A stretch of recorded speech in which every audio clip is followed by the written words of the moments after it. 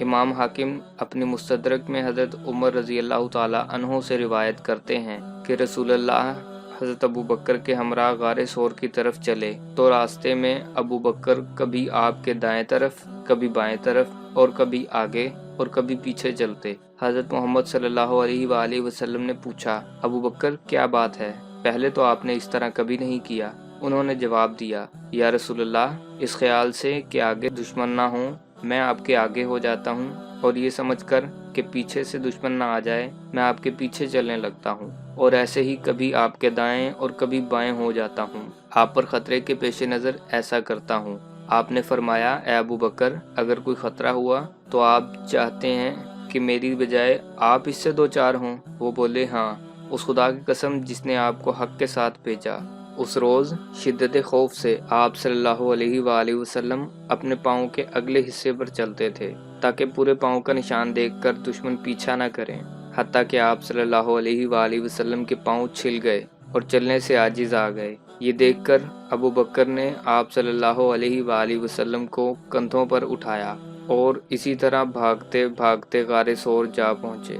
پھر عرض کی، یا رسول اللہ، آپ باہر ٹھہریے، مجھے اندر جانے دیجیے، اگر اس میں کوئی سانپ وغیرہ تو آپ صلی اللہ علیہ وآلہ وسلم کو تکلیف نہ پہنچائے۔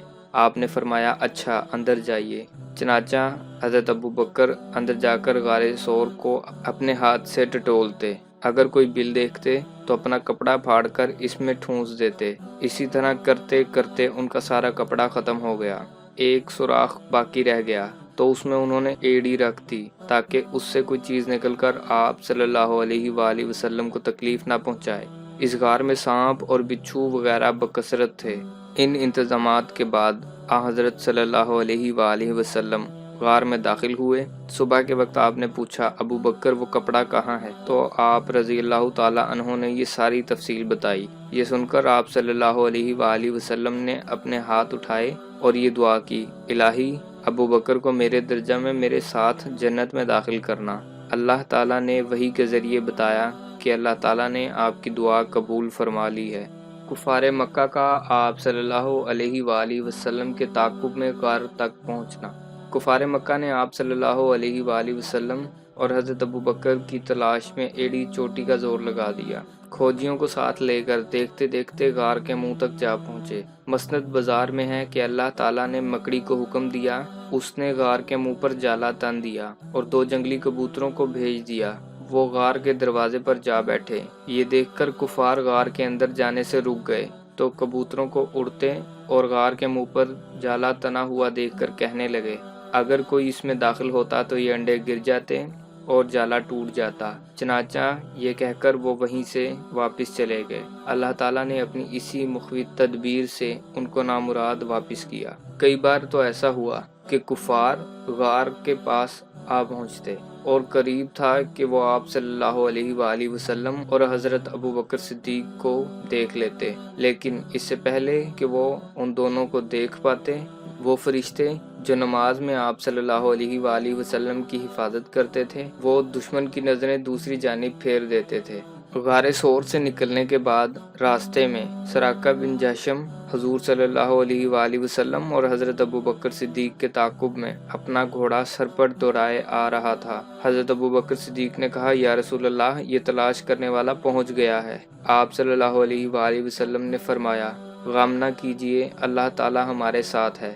آپ صلی اللہ علیہ وآلہ وسلم نے اس کے حق میں بد دعا کی اور اس کا گھوڑا سخت زمین میں اپنے پیٹ تک دھنس گیا۔ وہ بولا، میں سمجھتا ہوں کہ تم دونوں نے مجھ پر بد دعا کی ہے، میرے حق میں دعا کرو، میں اللہ تعالیٰ کو ضامن دے کر عہد کرتا ہوں کہ تلاش کرنے والوں کو واپس لے جاؤں گا۔ چنانچہ آپ صلی اللہ علیہ وآلہ وسلم نے اس کے حق میں دعا کی، اس نے نجات پائی اور اپنا وعدہ پورا کیا۔ جس کسی کو دیکھتا کہتا، میں ادھر دیکھ بھال آیا ہوں، ادھر کوئی نہیں ہے، پھر اس کو واپس کر دیتا۔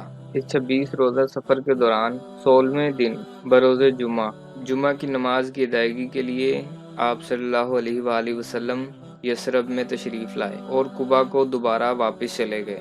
مکہ سے مدینہ ہجرت میں آپ صلی اللہ علیہ وآلہ وسلم اور حضرت ابو بکر صدیق نے بہت سی تکالیف برداشت کی۔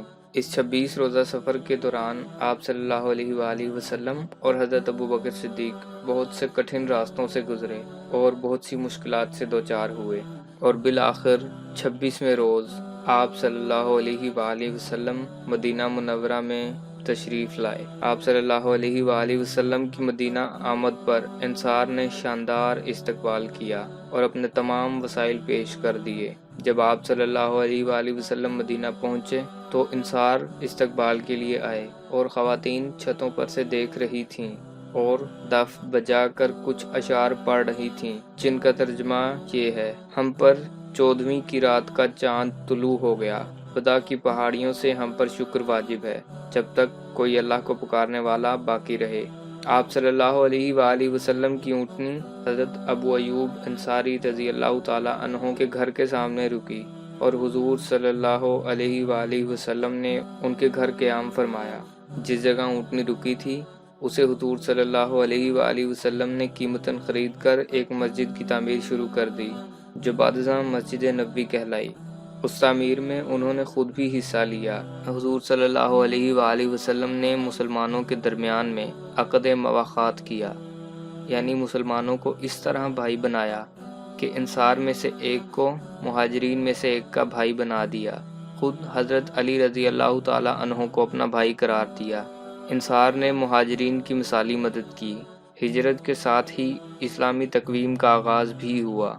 آپ کے مدینہ آنے سے اوس اور خزرج، یہاں کے دو قبائل جنہوں نے بعد میں اسلام بھی قبول کر لیا، ان دونوں میں لڑائی جھگڑا ختم ہوا اور ان میں اتحاد اور بھائی چارہ پیدا ہو گیا۔